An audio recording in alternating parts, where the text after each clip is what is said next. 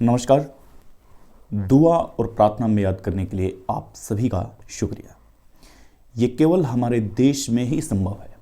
हमारे देश में ही अतिक्रमण के नाम पर कई ऐसे सवालिया निशान खड़े होते हैं जो कहीं ना कहीं सरकार को कटघरे में घेरने लग जाते हैं। आज आपको स्वपदम सिंह की ये तस्वीर यही बयान करती है कि अतिक्रमण के नाम पर न जाने इतने कैसे ही बिल्डर हैं जो अपना अतिक्रमण नहीं छोड़ रहे हैं। यूँ कह सकते हैं कि उनके कब्जे की हुई ज़मीन उनके किसी बाप की जागीर बन गई है, परंतु वहाँ पर प्रशासन की कोई हिम्मत नहीं होती। यहाँ पर लोक देवता की एक मूर्ति को रखा गया, सच्ची श्रद्धा के साथ ये रखा गया कि आने जाने वाले लोग इसे देखेंगे और वीर तेजा जी के विचारों से प्रभावित होंगे कि वो भी अपने जीवन में अच्छा काम करें, और ताकि उनकी भी कभी लोग यूं ही इस शरीर को छोड़ने के बाद में उनकी पूजा हो।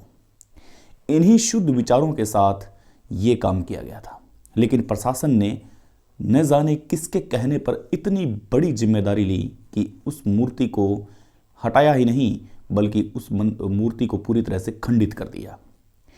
ये एक समाज की बात नहीं है, ये आज 36 कौम के लोगों की बात है कि क्या हमारे भारत देश में कभी ऐसा भी होता आएगा। यहाँ पर बड़ी बड़ी दुकानें, बड़े बड़े बिल्डिंग जो सड़क के बीचों बीच हैं, यहाँ पर ऐसे फार्म, जिस प्रकार से हमने अभी आपको एक रिपोर्ट बताई थी कि श्रीकोलायत के अंदर बीकानेर का एक बहुत बड़ा मुर्गी फार्म है जो कि NH पर है, उसको हटाने की सरकार जहमत नहीं करती। इतने अवैध निर्माण हो रखे हैं, इतनी अवैध यहाँ पर फैक्ट्रियाँ हैं, लेकिन उन्हें हटने और हटाने की कोई जहमत नहीं करता, क्योंकि वहाँ पर पावर नहीं चलती, वहाँ पर किसी प्रकार की कोई पावर इस्तेमाल नहीं होती और वहाँ पर उनका मुंह बंद कर दिया जाता है। लेकिन जब आम लोगों की बात आती है, आम लोगों के आस्था की बात आती है, तो वहाँ पर ये सरकार बिल्कुल भी नहीं सोचती। इसलिए कई प्रश्नवाचक चिन्ह खड़े हुए हैं। अब लोगों को हनुमान बेनीवाल से बहुत तगड़ी उम्मीदें हैं, क्योंकि हनुमान बेनीवाल के आने के बाद में हो सकता है कि यहाँ पर भीड़ हुजूम ज़्यादा आए। क्या आपको लगता है कि वहाँ की जो जनता है उमेदाराम बेनीवाल से इतनी संतुष्ट नहीं हो पाई? हनुमान बेनीवाल की बातों में कड़कपन है, हनुमान बेनीवाल की बातों में दम है, और इसीलिए लोग उनको फॉलो करते हैं। उमेदाराम बेनीवाल कल जरूर आए थे। उन्होंने अपने आश्वासन में ये कहा था कि मैं आपको आश्वस्त करता हूं कि वो मूर्ति वापस लेकर के आऊँगा, परंतु आप इस प्रकार ये न करें। ये एक आपराधिक तत्वों के लोगों का काम है। उनके इस प्रकार के भाषण से, उमेदाराम बेनीवाल के इस वक्तव्य से वहाँ की जनता संतुष्ट नहीं हो पाई, और इसीलिए अब अलग अलग नेता वहाँ पर आ रहे हैं और उनकी बात में लोगों को अब दम नज़र नहीं आ रहा है। लोग एक ही मांग कर रहे हैं कि अगर वीर तेजा जी की मूर्ति के साथ अगर कुछ गलत हुआ है, अब अगर उसे वापस स्थापित करना है तो सिर्फ और सिर्फ हनुमान बेनीवाल है जो कि ऐसा काम कर सकता है। ये सोचने वाली बात है कि जब मूर्ति को हटाया जा रहा था तब ऐसे कैसे हटा दिया, किससे पूछा था, और उस मूर्ति को खंडित कैसे कर दिया।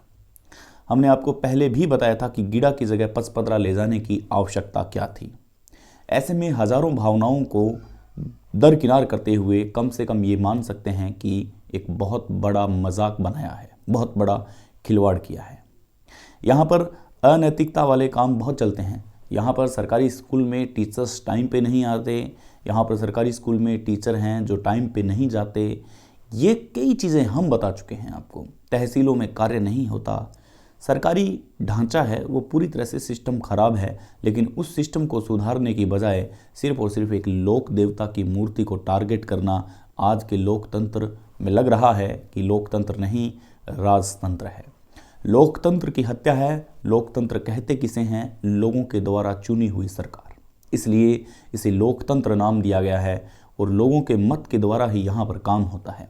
परंतु यहाँ पर लोगों को नहीं पूछा गया, लोकतंत्र की हत्या की गई और एक तानाशाही राजतंत्र के रवैये में आकर के वीर तेजा जी की मूर्ति को हटाया गया। हटाने से पहले क्या ये सोचा था कि इतना बड़ा बवंडर भी आ सकता है, इतनी बड़ी बातें हो सकती हैं, इतने बड़े फिजूल खर्चे हो सकते हैं, और यहाँ पर परेशानी के इस दौर में स्वपदम सिंह का वो स्थान गरमा सकता है जिसके बारे में कभी किसी ने कल्पना नहीं की। ऐसे में ये बात बहुत सटीक बैठती है कि अंधेरी नगरी चौपट राजा। ये सत्य बात है, क्योंकि यहाँ अब सरकार पर सवालिया निशान खड़े होने लगे हैं। क्या आपने अजमेर की राजनीति करते करते वहाँ से प्रेरित होकर के अब यहाँ प्रेरित होने लगे हैं? क्या आपको इतना भी पता नहीं था कि जिस आप बहुल्य क्षेत्र में, जाट बहुल्य क्षेत्र में आप वीर तेजा जी की मूर्ति को हाथ लगाने चले हैं? यहाँ पर सीधा सीधा था कि आपको सीधा उस ताकत से लड़ना जिस ताकत ने हकीकत में ही अपने नेता को बनाया है, और अपने नेता को चुने हुए, चाहे उमेदाराम बेनीवाल की बात करें या हनुमान बेनीवाल की बात करें। लेकिन यहाँ पर 36 कौम की बात आती है। इनके इरादे नेक थे। अगर हम बड़े बड़े शहरों में, बड़ी बड़ी जगह, अमेरिका, यूरोप, आप कहीं भी देखें तो इस जगह भी आपको ऐसी मूर्ति मिलेगी और ऐसे स्टेचू आपको खड़े हुए मिलेंगे। वो कहीं ना कहीं शुभ प्रतीक होते हैं और इसी प्रतीक की वजह से वो वहाँ स्थापित होते हैं। लेकिन हमारे भारत में सिर्फ राजनीति की चरम सीमा प्राप्त होती है, इसके अलावा हमारे भारत में कुछ भी नहीं होता। अवैध अतिक्रमण के नाम पर इस प्रकार से सीधा जनता से पंगा लेना बहुत बड़ी बात है, और ये चुनौती है कि लोगों से, कि प्रशासन के उन लोगों पर कार्रवाई होनी चाहिए जिसने इस राजनीतिक दवेस्तापूर्ण आकर के, इस राजनीतिक दवेस्तापूर्ण का शिकार होकर के जनमानस की भावनाओं के साथ खिलवाड़ किया है। मिलेंगे एक नए विश्लेषण के साथ, तब तक के लिए नमस्कार।